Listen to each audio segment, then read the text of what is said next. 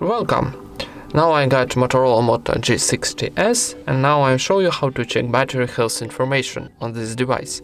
So in the beginning, go into Play Store and find Ampere application. This one. Need to install this application, so wait for installing.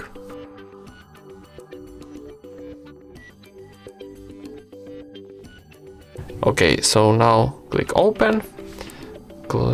No thank you, close.